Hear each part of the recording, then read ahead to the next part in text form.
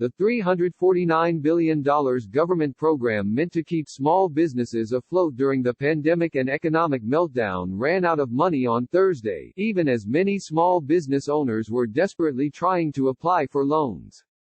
Now they are trying to figure out how to keep their businesses alive while Congress negotiates the possible release of additional rescue funds. The program, administered by the Small Business Administration through participating banks, was marred by technical glitches from the start, even as overwhelming demand and confusion about how it would all work slowed down the approval process. Around the country, would-be borrowers were turned away by banks because there were too many applicants. Some lost valuable time because their bankers didn't know all the details about how the program would work, while others couldn't find a lender that would deal with them. Doug Martin, a sports marketer in Long Beach, California, approached 3 banks to try to get a loan through the program. Each turned him down for different reasons. As a last resort, he tried a 4th bank with the help of his financial advisor, but didn't hear back. This morning I read that the money's gone, and I'm like, heck, I didn't even get a shot at this, Mr. Martin said. More money is expected to come, but when is an open question. Congressional leaders and the Trump administration are discussing adding hundreds of billions of dollars to replenish the program, but have failed to reach an agreement. On Thursday, staff of the Democratic leadership held talks with Treasury staff about ways to break the impasse, but Senator Mitch McConnell, the majority leader, said no progress had been made, and he adjourned the Senate until next week. Mr. Martin, an independent contractor who is eligible for the loans, said his business had dried up when conditions on the West Coast began to deteriorate in early March. When the relief program started, he began reaching out to banks. He first tried Wells Fargo, where he has an account, but said the bank never responded to his request for an application. Next, Mr. Martin tried U.S. Bank, which told him that it could not handle his application because he was a customer of Wells Fargo, he said. So he asked a smaller bank, Commerce West, for help. It, too, turned him down because he wasn't a customer. Finally, he sought help from his financial advisor, who told him that he would try to get an application to a lender working with Morgan Stanley. But there was radio silence. Wells Fargo required applicants to have a business checking account, said Catherine Pulley, a spokeswoman for the bank. Mr. Martin said he had a business line of credit at the bank but not a separate business checking account. A U.S. bank spokesman said the lender would process customers' applications before looking at non-customers. The chief executive of Commerce West did not respond to a request for comment. Banks participating in the loan program were given wide discretion over who to lend to, and many chose only to lend to businesses they had existing relationships with. That left many small business owners, including those in minority and underserved communities, unable to borrow because they didn't have prior ties to a lender or didn't have a strong enough relationship with their existing lender. Many of the participating banks say they are still processing enormous backlogs of requests from their own customers and cannot begin to take on brand new borrowers until those backlogs ease. Foreign businesses and even large restaurant chains, which successfully lobbied for an exemption to a rule restricting the program to businesses with 500 or fewer employees, have managed to get loans, showing the uneven way in which the program has been carried out. Potbelly Sandwich Shop, a chain of 400 restaurants, disclosed in a filing that it got $10 million under the program from J.P. Morgan Chase. Wave Life Sciences, a biotech company incorporated in Singapore, secured $7.2 million from the program, according to a filing.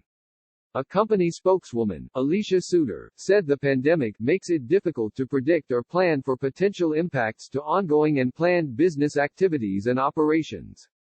She said 97% of the company's workforce was based in the United States. Of course, hundreds of thousands of borrowers have been approved for, or received, aid under the so-called Paycheck Protection Program, which was meant to give small businesses loans that would be forgiven if they were used to pay employees, rent or mortgage principal. Federal officials tried to get the aid operation up and running as quickly as possible, knowing that small businesses were under extreme pressure and could fold if the rollout was slow. But that created confusion. Hari Singh, the owner of CrossFit NYC, which has 2 gyms in Manhattan that together cost $100,000 in monthly rent, thought he was doing everything he needed to do to get help through the program. On March 28, 5 days before its official launch, he asked his banker at his Citigroup branch, where he had been a customer for 40 years, how to apply. The banker seemed at first not to know the details of the program, Mr. Singh said, but later assured him that as soon as Citi began accepting applications, his would be considered. Mr. Singh calculated that he needed at least $200,000 from the program to pay rent and the employees he had not laid off when New York ordered all non-essential businesses to close. He checked in with the bank every day, and every day he was told to wait. There is not 24 hours that I didn't email or text someone at Citibank, Mr. Singh said. While he waited, he studied up on the loan program and considered applying through other banks. He participated in a webinar hosted by Newsday, during which a representative from the Small Business Administration warned owners not to file 2 loan applications at once. Mr. Singh grew nervous. The days were ticking by. A law firm he had dealt with in the past offered to help expedite his application for a fee, 1% of his loan money or $5,000, whichever amount was higher. He refused. As of Thursday, when the program ran out of money, Mr. Singh had been allowed to submit only a preliminary request for a loan through Citi's website. Looking back, if I had just paid the $5,000, I would have a loan now, he said. Other small business owners didn't get as far. Dr. Nancy Kim, who owns Spectrum Dermatology, a practice with 130 employees in Scottsdale, Arizona, tried to get a $2.2 million loan, but her bank, Wells Fargo, told her that there was a long line ahead of her and that she would have to wait. Her turn never came. She tried 8 other lenders, and all but one turned her away. Eventually, the one that accepted her application stopped communicating. Ms. Pulley said Wells Fargo was continuing to contact customers in the order that their preliminary loan requests had been received. We will continue to prepare applications in our existing pipeline from small and mid-sized businesses and will submit them to the SBA when funds become available, she said, adding that she could not comment on specific customers' cases. Business has dropped 80% in the meantime, and Dr. Kim's husband, Dr. Rajan Bhatt, who helps manage the practice, calculated that they would run out of money to pay employees before the end of May. We lost valuable time in applying for the loan, Dr. Bhatt said.